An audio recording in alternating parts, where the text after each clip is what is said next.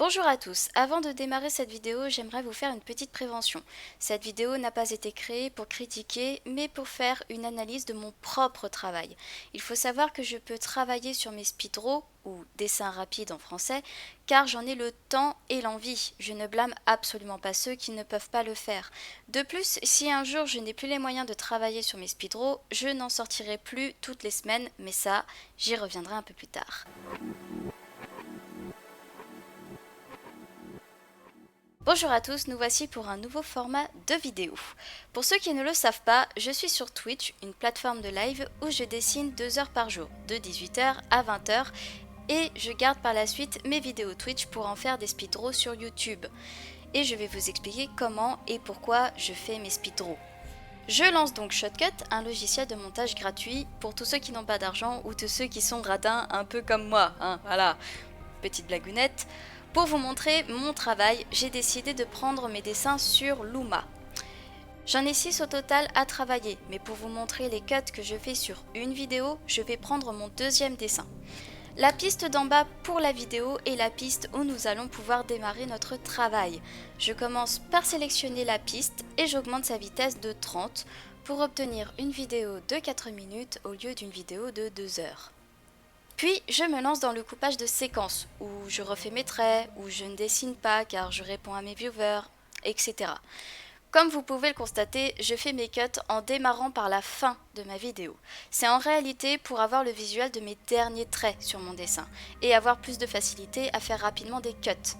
Si je démarrais au début de ma vidéo, cela me ferait perdre plus de temps, car je lancerai la vidéo, je reviendrai en arrière pour vérifier l'endroit où je dois cut, et enfin cut le passage. Cela me prend moins de temps de faire comme cela, et me permet également de garder un certain rythme, car vu le nombre de cuts que je dois faire, parce que je suis quelqu'un qui dessine longtemps et qui n'est jamais satisfaite de ses traits, cela m'aide beaucoup. Je prends environ entre 1 heure et 3 heures pour faire cela sur une vidéo. Et malheureusement, il y a parfois des cuts que je ne peux faire sans retirer de gros passages sur mes dessins.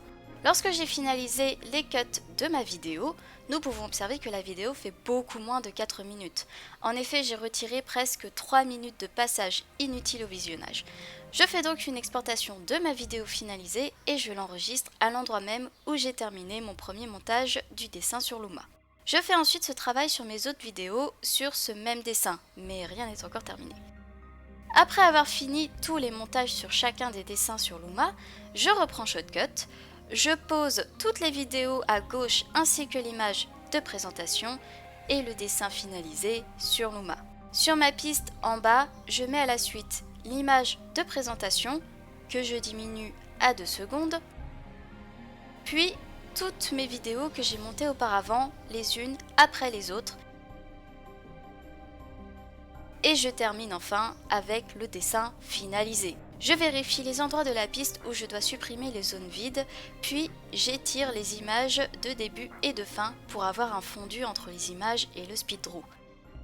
Ensuite, je vérifie ma vidéo en faisant une dernière fois quelques cuts, puis je l'exporte. On continue toujours sur Shotcut avec ma dernière vidéo du speeddraw finalisé, mais il manque la musique.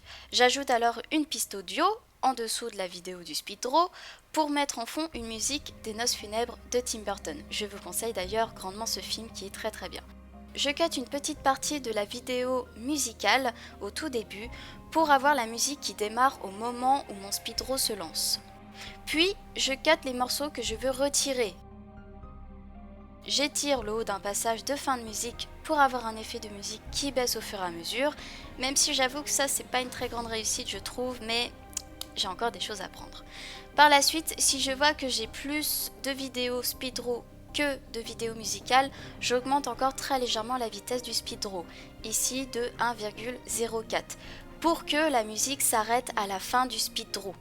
J'exporte une dernière fois mon speeddraw enfin terminé pour de bon dans mon dossier de mes speeddraws finalisés et surtout je change le nom de ma vidéo pour ne pas oublier le nom des musiques que j'utilise.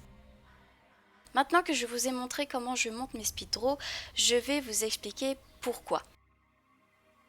C'est pourquoi maintenant je vais vous montrer la différence entre un passage de vidéo montée et ce même passage avec uniquement la vitesse grandement augmentée.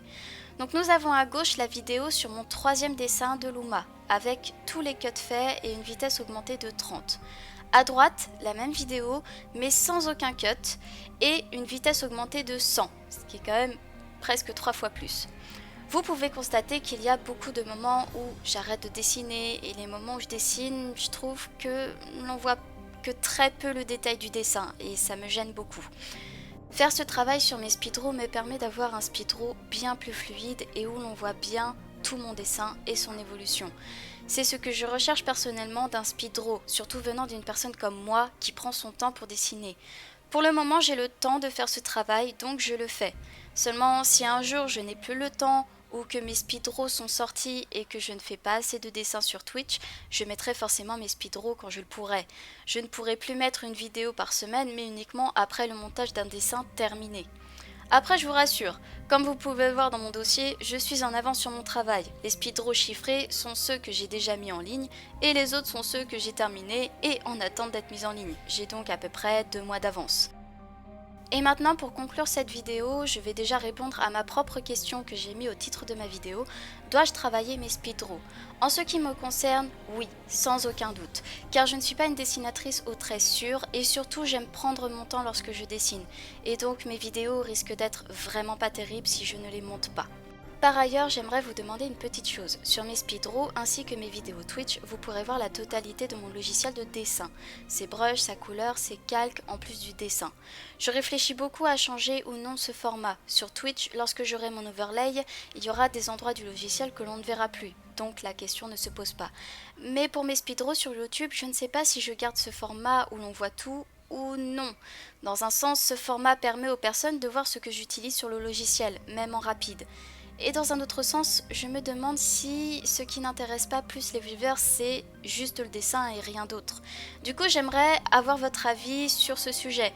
N'hésitez pas à me laisser un commentaire pour me dire ce que vous en pensez, ou même si vous avez des préférences dans le speeddraw. Nous sommes donc à la fin de cette vidéo. J'espère que cette vidéo vous aura plu. Moi, j'avais simplement besoin de faire cette vidéo pour un peu expliquer le temps que je passe à faire ce travail.